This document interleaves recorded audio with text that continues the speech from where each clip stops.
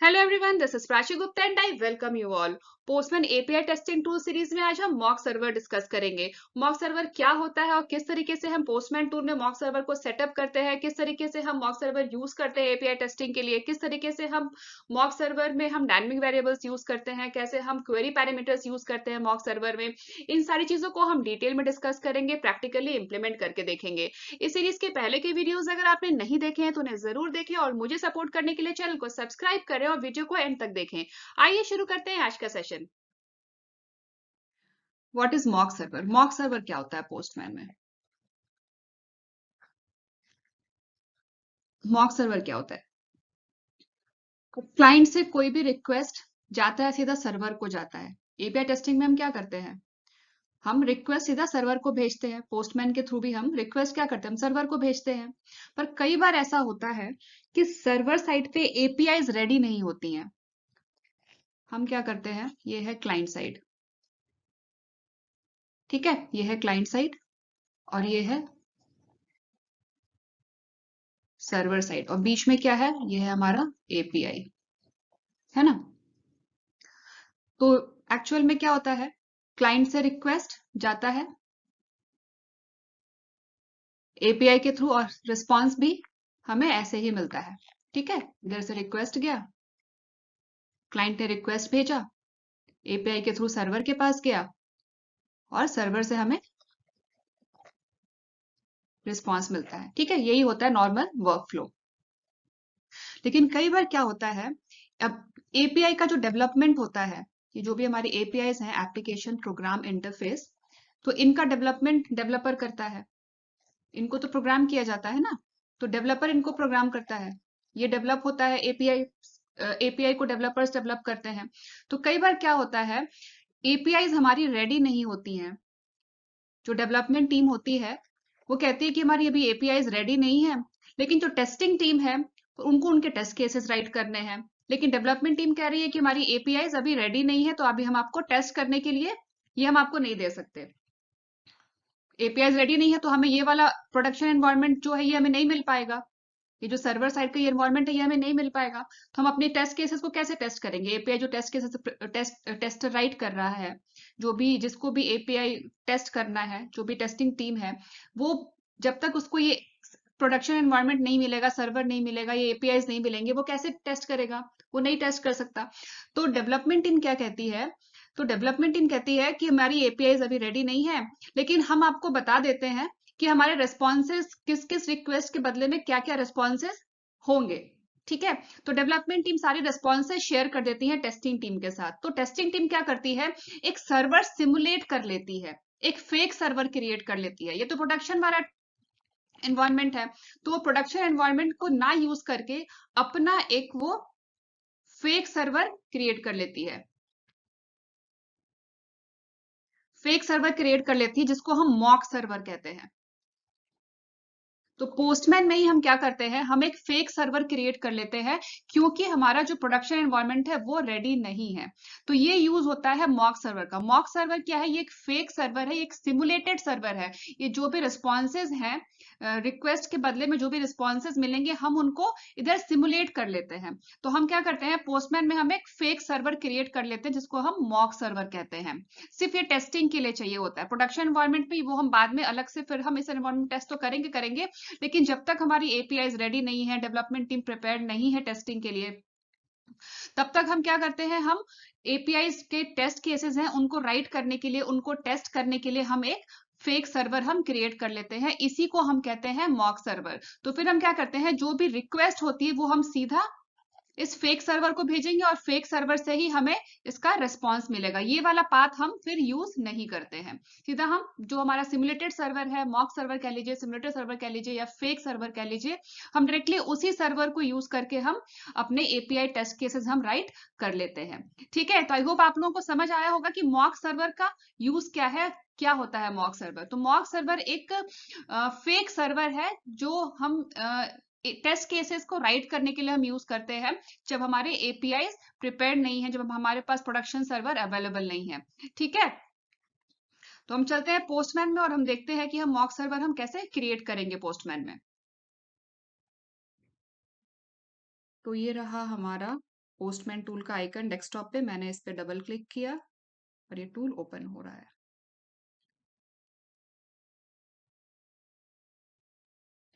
Tool open हो गया। अब यहाँ पे जितने भी अनयूज्ड विंडोज हैं उनको हम क्लोज कर देते हैं। सारे विंडोज हम सारे टैब्स क्लोज कर देते हैं। Close all tabs. अब हम नेक्स्ट इसमें सेटअप करते हैं एक मॉक सर्वर। तो वो कैसे करेंगे? तो उसके लिए यहाँ पे ये मॉक सर्वर का ऑप्शन देख रहे हैं ना आप, इस पे मैंने क्लिक किया, क्रिएट मॉक सर्वर। अब यहाँ पे ध्यान दीजिएगा, अब ये है यहाँ पे हम मॉक सर्वर क्रिएट करेंगे, ठीक है। तो हमें जो भी रिक्वेस्ट को हमें सेंड करना है सर्वर को, वो रिक्वेस्ट हम यहाँ पे देंगे, ठीक है। वो रिक्वेस्ट हम यहाँ पे देंगे। तो यहाँ पे हमें गेट रिक्वेस्ट को हम यहाँ पे सिमुलेट करते हैं। तो मैंने यहाँ से रिक्वेस्ट का टाइप सेलेक्ट कर लिया, गेट रिक्वेस्ट। उसके बाद रिक्वेस्ट यूआरएल। अब ये जो यूआरएल है ना, यहाँ पे जो आप ब्रैकेट में जो यूआरएल देख रहे हैं ना, ये हमारा प्रोडक्शन यूआरएल है, जो अभी अंडर प्रोडक्शन है, जो अभी बन रहा है, ठीक है। उसके स्लैश के बाद यहाँ पे हमें एंड पॉइंट देना है। यहाँ पे हमें एंड पॉइंट देना है। ये वाला जो यूआरएल है ये अभी अंडर प्रोडक्शन है, ठीक है। ये हमें अभी अंडर प्रोडक्शन है। इसके स्लैश के बाद यहाँ पे हमें एंड पॉइंट देना है। तो एंड पॉइंट में आप अपनी रिक्वायरमेंट के हिसाब से कुछ भी दे सकते हैं। मैंने दे दिया गेट। अब ये जो रिक्वेस्ट हमने यहाँ पे क्रिएट किया है, gate request with this and point, इसका हमें रिस्पॉन्स कोड क्या मिलना चाहिए, वो रिस्पॉन्स कोड हम यहाँ पे राइट करेंगे कि जब हम इस रिक्वेस्ट को सेंड करेंगे सर्वर को, तो हमें क्या रिस्पॉन्स कोड मिलना चाहिए। वो रिस्पॉन्स कोड हमने यहाँ पे दे दिया। उसके बाद आएगी रिस्पॉन्स बॉडी। रिस्पॉन्स कोड क्या मिलना चाहिए, फिर रिस्पॉन्स बॉडी क्या मिलनी चाहिए। तो यहाँ पे आप टेक्स्ट बॉडी, जेएसएन बॉडी, आपको जो भी आपका एक्सपेक्टेड रिस्पॉन्स बॉडी है, जो भी आपको डेवलपर बताएगा कि इस रिक्वेस्ट के बदले में आपको क्या रिस्पॉन्स बॉडी मिलना चाहिए, रिस्पॉन्स कोड क्या मिलना चाहिए, रिस्पॉन्स बॉडी क्या मिलना चाहिए, ये सारा आपको एपीआई डेवलपर बताएगा कि जब आप ये रिक्वेस्ट आप सेंड करोगे सर्वर को, भेजोगे सर्वर को, तो उसके बदले में आपको क्या रिस्पॉन्स कोड मिलना चाहिए और क्या रिस्पॉन्स बॉडी मिलना चाहिए। हम बस यहाँ पे हम मॉकिंग कर रहे हैं, यहाँ पे हम बस इन चीजों को सिमुलेट कर रहे हैं एपीआई को टेस्ट करने के लिए, ठीक है। तो यहाँ पे मैं अभी सिर्फ डेमो के लिए कोई भी रिस्पॉन्स बॉडी डाल देती हूँ। मैंने डाल दिया दिस इज मॉक रिस्पॉन्स, ठीक है। तो हमने यहाँ पे एक रिक्वेस्ट क्रिएट कर लिया। रिक्वेस्ट मेथड हो गया हमारा फर्स्ट गेट रिक्वेस्ट, फिर रिक्वेस्ट यूआरएल। यहाँ पे यूआरएल तो हमारा ये अंडर प्रोडक्शन यूआरएल है, और ये हमारा आ गया get end point, response code and response body. अब यहाँ पे एक और क्रिएट कर लेते हैं, एक हम यहाँ पे पोस्ट रिक्वेस्ट भी क्रिएट कर लेते हैं। तो एक और रिक्वेस्ट कर लिया हमने पोस्ट रिक्वेस्ट, और यहाँ पे हम दे देते हैं एंड पॉइंट।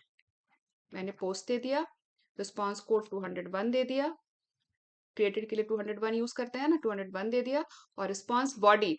अब यहाँ पे देखिए, अब यहाँ पे हम क्या कर रहे हैं, हम मॉकिंग कर रहे हैं। यहाँ पे हम मॉकिंग कर रहे हैं, तो यहाँ पे हमें पोस्ट रिक्वेस्ट के साथ रिक्वेस्ट बॉडी सेंड करने की जरूरत नहीं है। हमें सिर्फ यहाँ पे क्या सर्वर से रिस्पॉन्स मिलना चाहिए, हम यहाँ पे वो राइट करेंगे, ठीक है। क्योंकि हम यहाँ पे मॉकिंग कर रहे हैं, यहाँ पे हम फेक को सिमुलेट कर रहे हैं, क्योंकि हमारा सर्वर से जो रिस्पॉन्स आना चाहिए, क्योंकि हमारे पास सर्वर नहीं है, एक्चुअल सर्वर नहीं है, रियल सर्वर नहीं है, तो सर्वर से क्या रिस्पॉन्स आना चाहिए, हम बस यहाँ पे उसको मॉक कर रहे हैं, उसको सिमुलेट कर रहे हैं। तो यहाँ पे दिस इज, अभी मैं कोई भी रिस्पॉन्स बॉडी डाल देती हूँ, सिर्फ टेस्ट के लिए मैं डाल रही हूँ, सिर्फ डेमो पर्पस के लिए। दिस इज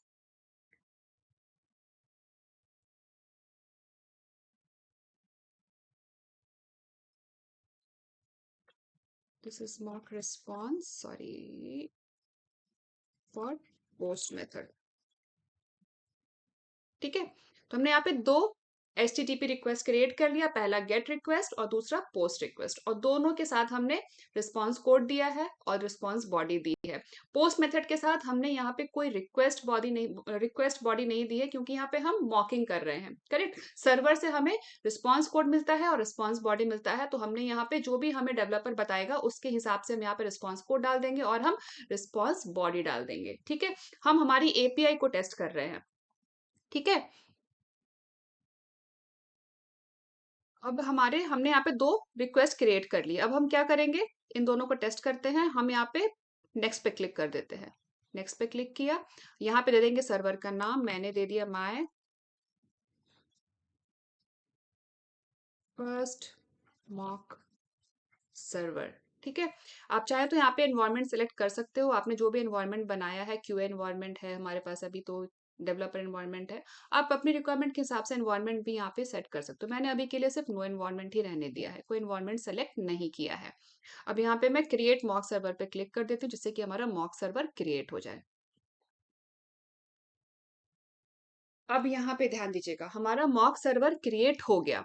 अब मॉक सर्वर क्रिएट होने के बाद हमें ये यूआरएल मिलेगा। ये जो यूआरएल आप देख रहे हैं ना, HTTPS, और ये बहुत ही लंबा सा ये जो यूआरएल मिला है, इस यूआरएल को हमें कॉपी कर लेना है। क्योंकि अब हम आगे से कोई भी रिक्वेस्ट हम जब सेंड करेंगे मॉक सर्वर को, हमने जो ये मॉक सर्वर क्रिएट किया है माई फर्स्ट मॉक सर्वर के नाम से, उसका ये है यूआरएल। हमें जो भी रिक्वेस्ट सेंड करना है, अब हमें इसी यूआरएल को सेंड करना है। ठीक है, अब हम जो भी HTTP रिक्वेस्ट सेंड करेंगे, फेक सर्वर है हमारा, ये फेक सर्वर का यूआरएल है। ठीक है, तो इसको यहां से कॉपी कर लीजिए, या फिर आप यहाँ से भी कॉपी कर सकते हैं। अदरवाइज इसको भी सीधा क्लिक करके इस यूआरएल को आप रिक्वेस्ट सेंड कर सकते हैं। मैंने इसी पे क्लिक कर दिया। ठीक है, अब देखिए जैसे मैंने उस पर क्लिक किया, यहाँ पे ऑटोमेटिकली एक यूआरएल का नाम आ गया है। अब मुझे यहाँ पे फॉर एग्जाम्पल मुझे गेट रिक्वेस्ट सेंड करना है। ठीक है, तो मैं क्या करूंगी, ये तो हो गया हमारा यूआरएल, ये तो हो गया यूआरएल। अब मुझे इसके आगे गेट रिक्वेस्ट सेंड करना है, तो मुझे यहाँ पे सिर्फ एंड पॉइंट ऐड करना है। तो गेट रिक्वेस्ट का हमारा एंड पॉइंट क्या था, स्लैश गेट। ठीक है, और यहाँ पे मैं जैसे सेंड बटन पे क्लिक करूंगी, तो जो भी हमने रिस्पॉन्स बॉडी क्रिएट की है इस गेट रिक्वेस्ट के बदले में, देखिए वो यहाँ पे आपको मिल गया। और जो भी आपने रिस्पॉन्स कोड क्रिएट किया है वो भी आपको यहाँ पे मिल गया। ठीक है, अब हम ऐसा करते हैं, हम एक और क्रिएट कर लेते हैं HTTP रिक्वेस्ट। तो यहाँ पे अभी तो हमने यूआरएल के लिंक पे क्लिक किया था इस रिक्वेस्ट को क्रिएट करने के लिए। अब मैं ऐसा करती हूँ, आज के सेशन के लिए मैं एक यहाँ पे कलेक्शन क्रिएट कर लेती हूँ। तो यहाँ पे प्लस साइन पे क्लिक किया मैंने, और यहाँ दे देते हैं कलेक्शन का नाम। मैंने दे दिया सेशन 11, क्योंकि आज हमारा 11th सेशन है, एंड एंटर। अब हम यहाँ पे एक रिक्वेस्ट क्रिएट करते हैं, ऐड अ रिक्वेस्ट। और इस रिक्वेस्ट में हम पोस्ट एंड पॉइंट को चेक करेंगे। हमने जो यहाँ पे दो एंड पॉइंट्स क्रिएट किए थे ना, एक गेट किया था और एक पोस्ट किया था। तो यहाँ पे हम पोस्ट एंड पॉइंट को चेक करते हैं। तो यहाँ पे दे देते हैं रिक्वेस्ट टाइप में पोस्ट, और यहाँ पे आएगा यूआरएल। तो यूआरएल अभी भी हमने जो क्रिएट किया था, ये वाला यूआरएल है ना हमारा, इसको मैं फिर से कॉपी कर लेती हूँ और वापस चलते हैं हमारे रिक्वेस्ट में, और यहाँ हम एंटर कर देते हैं यूआरएल। और यहाँ पे हमारा एंड पॉइंट क्या होगा, पोस्ट। ठीक है, अब जैसे हम यहाँ पे पोस्ट रिक्वेस्ट सेंड करेंगे, हमें जो हमारा फेक सर्वर है, मॉक सर्वर है, उससे हमें रिस्पॉन्स मिलेगा। ये देखिए, this is mock response for post method, हमने यही क्रिएट किया था ना। और यहाँ पे हमारा 201, ये इसका रिस्पॉन्स कोड हमें मिल गया। ठीक है, तो हमने अभी दो रिक्वेस्ट को हमने चेक किया, दो रिक्वेस्ट हमने क्रिएट किया। एक हमने क्रिएट किया था पोस्ट रिक्वेस्ट, और दूसरा हमने क्रिएट किया था गेट रिक्वेस्ट। दोनों को ही हमने चेक कर लिया। अब हम एक और रिक्वेस्ट हम क्रिएट करते हैं, लेकिन उससे पहले हम इस रिक्वेस्ट को सेव कर लेते हैं। तो इस रिक्वेस्ट का हम नाम दे देते हैं पोस्ट रिक्वेस्ट, एंटर। और यहाँ पर हम, लेकिन यहाँ पे तो हमने ये, एक सेकेंड, यहाँ पे तो हमने ये इसको सेव किया। हाँ, ये देखिए चेंज हो गया ना, यहाँ पे पोस्ट हमने सेव नहीं किया था, इसलिए यहाँ पे गेट लिखा हुआ ही आ रहा था।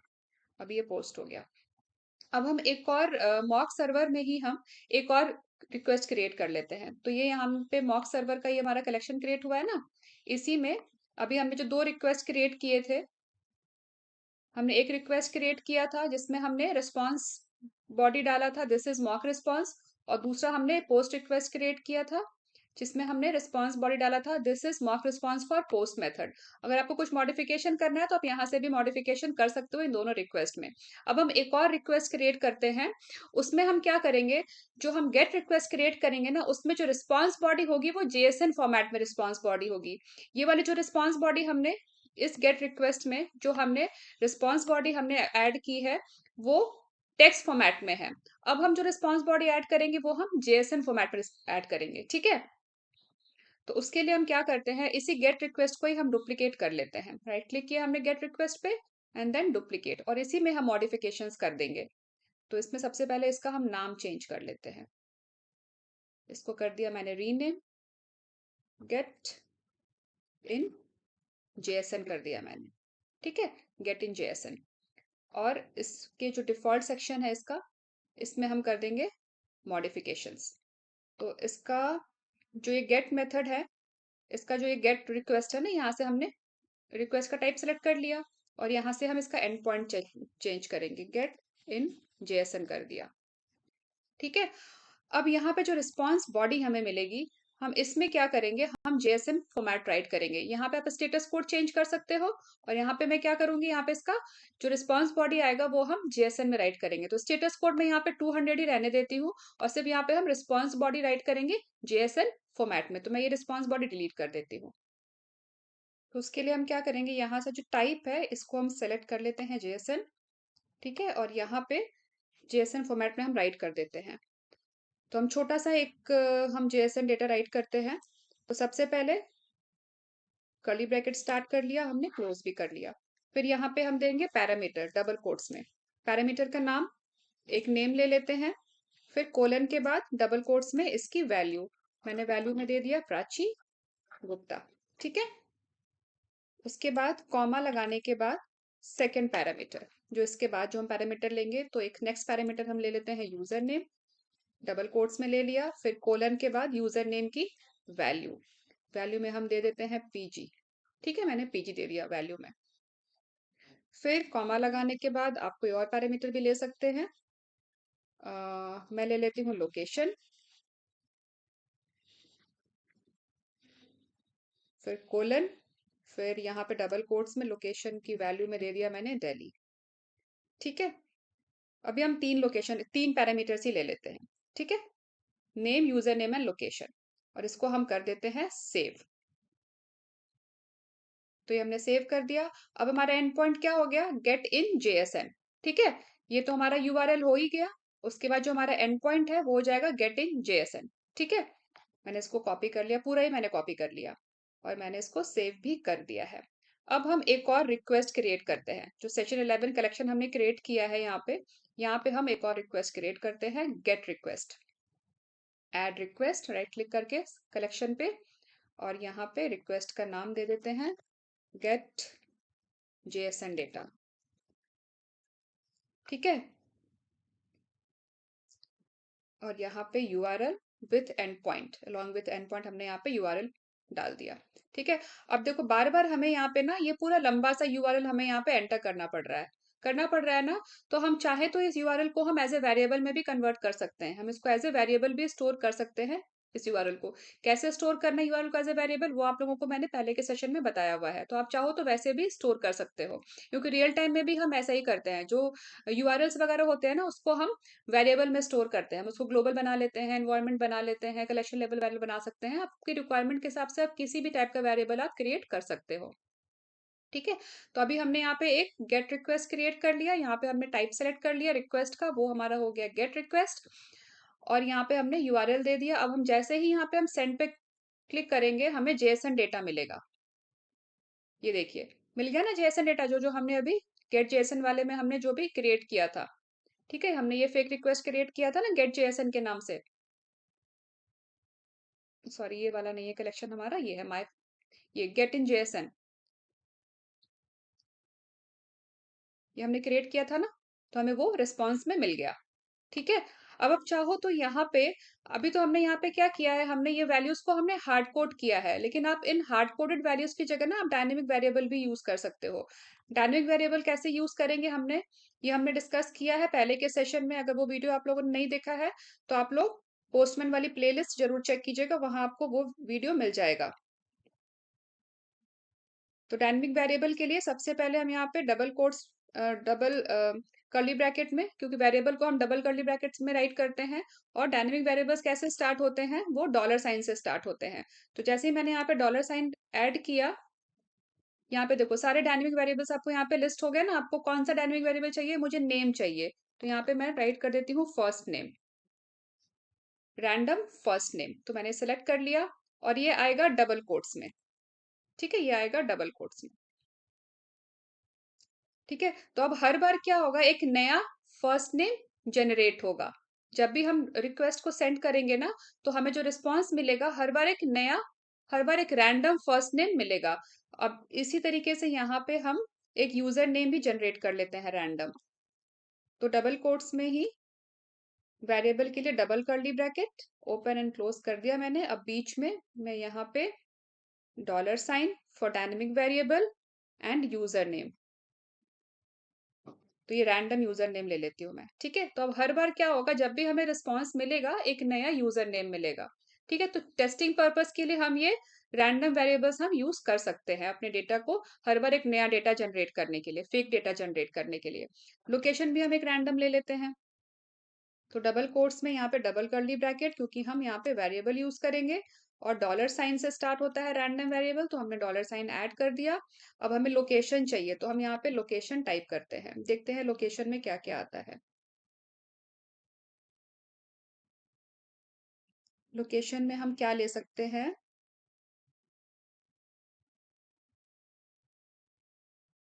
स्ट्रीट नेम ले सकते हैं हम चाहे तो लोकेशन में। ठीक है, स्ट्रीट नेम ही ले लेते हैं। और यहाँ पे हम टाइम भी जनरेट कर सकते हैं, हर बार एक नया टाइम हमें मिले, करंट टाइम मिले, हम वो भी यहाँ पे जनरेट कर सकते हैं। तो डबल कोट्स में डाल दिया हमने वेरिएबल, फिर यहाँ पे कोलन, और यहाँ पे डबल कोट्स में दो कर्ली ब्रैकेट्स, क्योंकि हम रैंडम वेरिएबल यूज करेंगे, और यहाँ पे डॉलर साइन, और इधर टाइम स्टैम्प। तो टाइम स्टैम्प हम रैंडम नहीं ले रहे, टाइम स्टैम्प जो भी करंट टाइम स्टैम्प होगा वो यहाँ पे आएगा। तो यहाँ पे जो टाइम आएगा वो आएगा सेकेंड्स में, नंबर ऑफ सेकेंड सिंस 1 जनवरी 1970। ठीक है, यहाँ पे कॉमा भी आएगा। तो अब हमारा ये रिस्पॉन्स बॉडी हो गया complete. Name, random first name, user name में वैल्यू आएगी रैंडम यूजर नेम, कोई सा भी हर बार एक नया यूजर नेम मिलेगा। लोकेशन में हमने एक स्ट्रीट नेम ले लिया है, रैंडम स्ट्रीट नेम, और टाइम यहाँ पे हमें मिलेगा सेकेंड्स में, नंबर ऑफ सेकेंड सिंस 1 जनवरी 1970। ठीक है, जितने सेकेंड 1970 जब तक हुए हैं वो हमें यहाँ पे सेकेंड्स मिलेंगे। ठीक है, अब हम इसको करते हैं एग्जीक्यूट।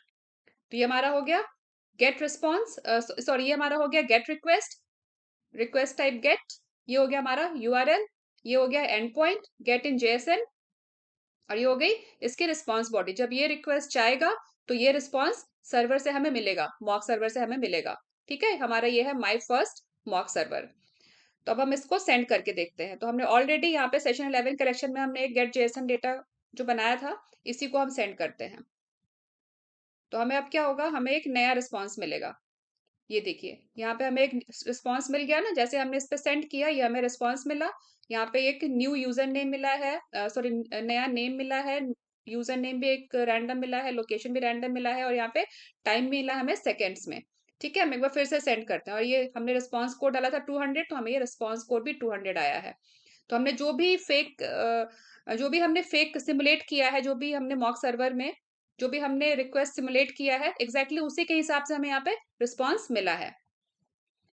अब मैं फिर से सेंड कर रही हूँ, फिर से देखिए यहाँ पे हर बार आपको एक नया रैंडम रिस्पॉन्स मिलेगा। तो ठीक है, इस तरीके से आप डायनेमिक डेटा भी रिस्पॉन्स में आप क्रिएट कर सकते हो, जनरेट कर सकते हो। अब नेक्स्ट मैं आपको बताती हूँ कि हम क्वेरी पैरामीटर्स भी हम यूज कर सकते हैं।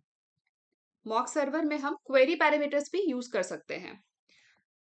अब उसके लिए हम एक और एग्जांपल लेते हैं। अब ये हमारा मॉक सर्वर का कलेक्शन, मैं इन सबको अभी के लिए क्लोज कर देती हूँ। तो यहाँ पे हम एक नया रिक्वेस्ट क्रिएट करते हैं। ठीक है, इस कलेक्शन में हम एक नया रिक्वेस्ट क्रिएट करते हैं। ये तीन तो हमने पहले क्रिएट किए थे, दो गेट और एक पोस्ट। अब यहाँ पे मैं एक और गेट रिक्वेस्ट क्रिएट करती हूँ। तो यहाँ पे मैंने ये तीन डॉट्स है ना, इस पे मैंने क्लिक किया और यहाँ पे ऐड रिक्वेस्ट, और मैं यहाँ पे इसका नाम दे देती हूँ क्वेरी पैरामीटर।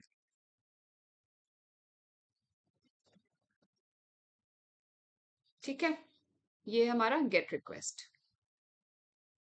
यहाँ दे देते हैं यूआरएल, डबल कोट्स में कलेक्शन लेवल जो यूआरएल है ना, जो हमारे मॉक सर्वर का यूआरएल है, वो इस वेरिएबल में है। ये वेरिएबल जो है, ये जो दिख रहा है ना आपको येलो कलर का, ये सी यूआरएल, ये हमारा कलेक्शन लेवल यूआरएल है।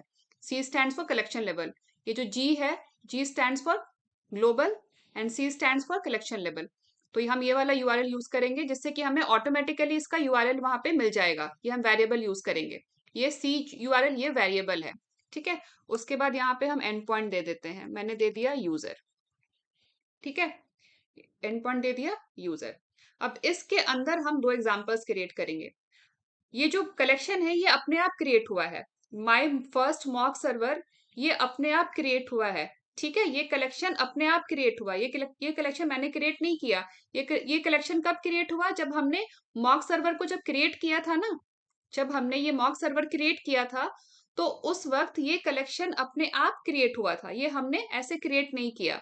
ठीक है, और ये जो हमने दो रिक्वेस्ट क्रिएट किए थे गेट और पोस्ट, ये भी अपने आप क्रिएट हुए हैं। जब हमने मॉक सर्वर क्रिएट किया था, मॉक सर्वर के अंदर हमने दो रिक्वेस्ट क्रिएट किए थे, तो उस टाइम हमने दो रिक्वेस्ट क्रिएट किए थे। ठीक है, तो ये दो रिक्वेस्ट अपने आप क्रिएट हो गए थे और ये वाले हमने अभी क्रिएट किए हैं। ठीक है, ये गेट इन जेएसएन ये हमने बाद में क्रिएट किया था और दूसरा रिक्वेस्ट हमने अभी क्रिएट किया है क्वेरी पैरामीटर। अब इसमें हम एग्जांपल्स ऐड करेंगे। तो जब हम रिक्वेस्ट क्रिएट करते हैं, जैसे इसमें भी एक एग्जांपल ऐड हुआ था ना, ये जो हमने रिक्वेस्ट ऐड किया था वो इस रिक्वेस्ट के अंदर एज एन एग्जांपल ऐड हुआ था। ठीक है, दिस इज जो हमने रिस्पॉन्स बॉडी ऐड की थी वो यहाँ पे एज एन एग्जांपल ऐड हुई थी।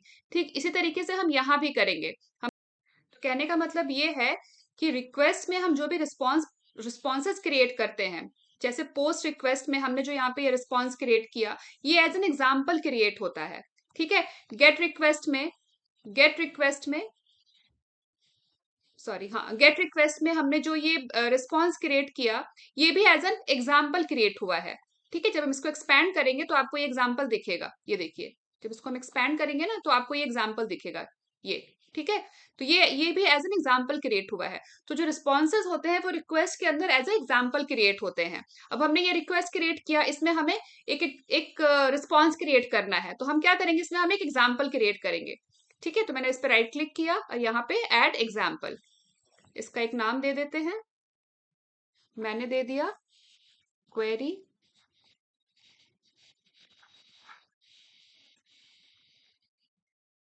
या फिर आप एग्जाम्पल भी दे सकते हो, मैंने E1 दे देते हैं। ठीक है, एग्जाम्पल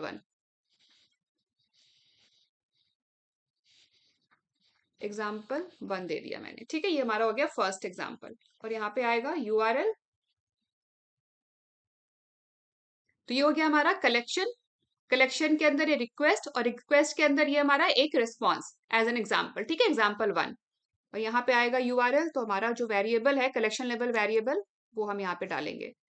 तो ये आ गया हमारा कलेक्शन लेवल वेरिएबल। इसमें ऑटोमेटिकली जो भी हमारे सर्वर का मॉक सर्वर का URL है वो इसमें सेव्ड है इस वेरिएबल में, तो ऑटोमेटिकली यहाँ पे वो URL आ जाएगा। फिर आएगा हमारा एंड पॉइंट है यूजर। ठीक है, अब इस एग्जाम्पल 1 में हम यूजर ID 1 का रिस्पॉन्स हम सेव करेंगे। इस एग्जाम्पल 1 में जो हमने एग्जाम्पल क्रिएट किया है इसमें हम यूजर ID 1 का रिस्पॉन्स हम सेव करेंगे। ठीक है, तो यहाँ पे पहले हम एक रिस्पॉन्स बॉडी क्रिएट कर लेते हैं।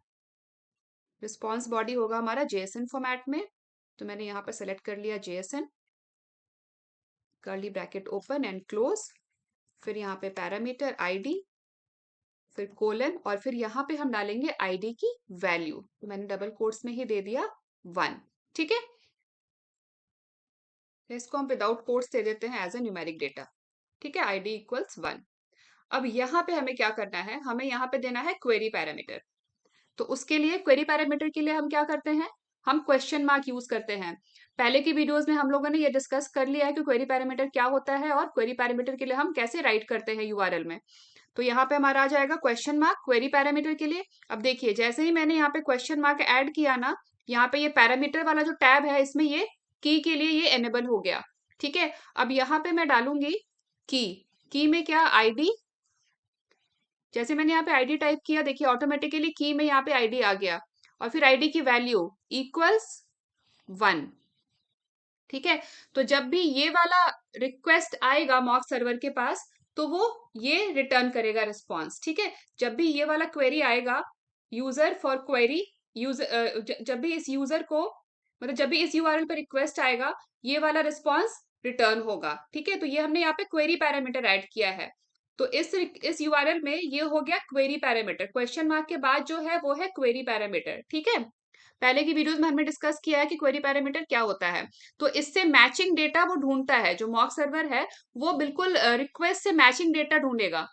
ठीक है, तो जितने भी हमारे एग्जांपल्स हैं इसमें वो इसका मैचिंग एल्गोरिथम वर्क करेगा और इस क्वेरी पैरामीटर से मैचिंग जो भी होगा फॉर ID = 1 उसका रिस्पॉन्स ही रिटर्न करेगा मॉक सर्वर। ठीक है, तो यहाँ पे हमने एक एग्जाम्पल ऐड कर लिया है। अब हम यहाँ पे एक और एग्जाम्पल ऐड करते हैं फॉर डिफरेंट यूजर आईडी। तो मैं ऐसा करती हूँ, मैं इसको ही कॉपी कर लेती हूँ, डुप्लीकेट कर देती हूँ। या फिर ठीक है, हम एक नया क्रिएट भी कर सकते हैं। यहाँ पे हम नया एग्जाम्पल क्रिएट कर लेते हैं। Add example, sorry, right click किया मैंने, ऐड एग्जाम्पल। हाँ, अब इसमें यहाँ पे दे देते हैं एग्जाम्पल का नाम, मैंने दे दिया example2।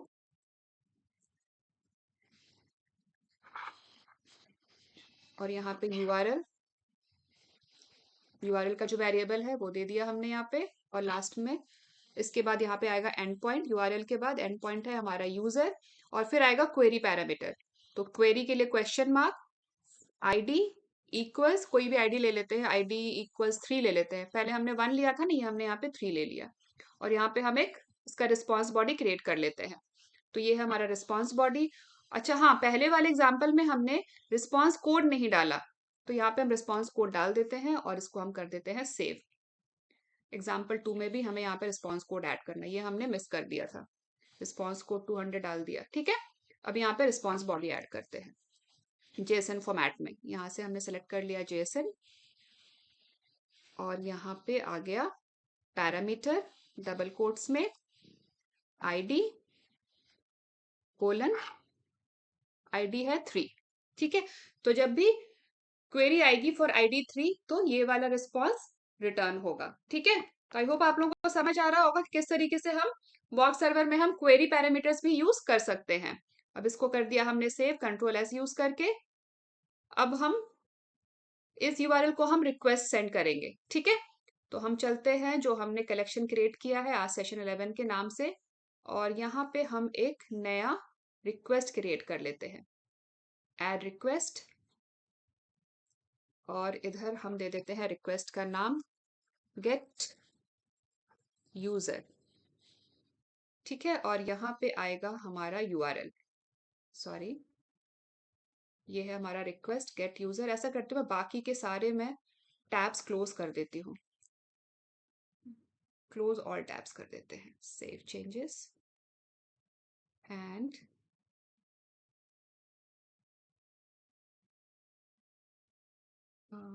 आई थिंक ये हमारा फर्स्ट रिक्वेस्ट है जो हमने सेंड किया था। इसको मैं सेशन 11 में ही सेव कर लेती हूँ, और रिक्वेस्ट का नाम दे देते हैं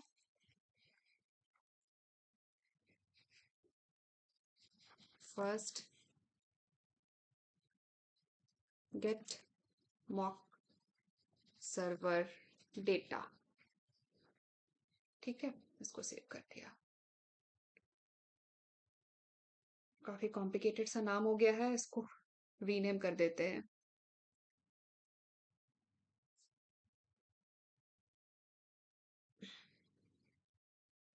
अब हम चलते हैं गेट यूजर पे, अभी हम इस पे काम कर रहे थे, ठीक है। गेट यूजर पे हमें क्या करना है, हमें इस रिक्वेस्ट में हमें क्वेरी पैरामीटर यूज करना है, और वो क्वेरी पैरामीटर हमें सेंड करना है मॉक सर्वर को, ठीक है। तो इसमें भी हमने जो दो एग्जाम्पल्स क्रिएट किए, example1 and example2, example1 for user ID 1 and example2 for user ID 3, ठीक है। तो हम पहले example1 को क्वेरी पैरामीटर सेंड करेंगे। तो इसका हमें पहले तो चाहिए यूआरएल, मॉक सर्वर का हमें चाहिए यूआरएल, चाहिए ना यूआरएल, बिना यूआरएल के तो कैसे काम करेंगे हम। तो यूआरएल हमने यहाँ यूज किया था गेट जेएसएन डेटा में, हम यहीं से इस यूआरएल को कॉपी कर लेते हैं, ठीक है। अब हम चलते हैं गेट यूजर में, यहाँ हमने यूआरएल पेस्ट कर दिया। फिर इसका एंड पॉइंट आएगा, एंड पॉइंट मैंने डाल दिया यूजर, क्योंकि यूजर ही है ना एंड पॉइंट। फिर आएगा क्वेरी पैरामीटर आईडी इक्वल्स 1, ठीक है। तो आईडी 1 के बेसिस पे इस क्वेरी पैरामीटर के लिए हमें रिस्पॉन्स देगा मॉक सर्वर। वो क्या करेगा, वो मैच करेगा, ये जो हमने रिक्वेस्ट यूआरएल सेंड किया है वो इसको एग्जांपल्स में चेक करेगा, मैच करेगा, उसका मैचिंग एल्गोरिथम वर्क करेगा, और हमें इस क्वेरी के लिए हमें रिस्पॉन्स मिलेगा। मैंने सेंड किया, ये देखिए आ गया ना रिस्पॉन्स, ठीक है। रिस्पॉन्स कोड भी आ गया और ये रिस्पॉन्स बॉडी भी मिल गई हमें, है ना, ठीक है। अब अगर हमें यूजर आईडी 3 का चाहिए तो यहाँ पे हम 3 कर देते हैं और हम सेंड करते हैं। तो ये देखिए 3 का आ गया। तो इस तरीके से आप मॉक सर्वर में आप क्वेरी पैरामीटर्स भी यूज कर सकते हैं। तो आज की वीडियो में हमने डिटेल में डिस्कस किया कि मॉक सर्वर क्या होता है और कैसे हम उसको सेटअप करते हैं, किस तरीके से उसमें हम रिक्वेस्ट क्रिएट करते हैं, कैसे हम उसमें पूरा फेक सर्वर हम सिमुलेट करते हैं। तो आई होप आप लोगों को समझ आया होगा। तो आज की वीडियो में बस इतना ही। मिलते हैं नेक्स्ट वीडियो में नए टॉपिक के साथ। अगर आप लोगों को वीडियो पसंद आया हो तो वीडियो को लाइक करें, ज़्यादा से ज़्यादा शेयर करें, चैनल को सब्सक्राइब करें और बेल आइकन दबाना ना भूलें। Thanks for watching.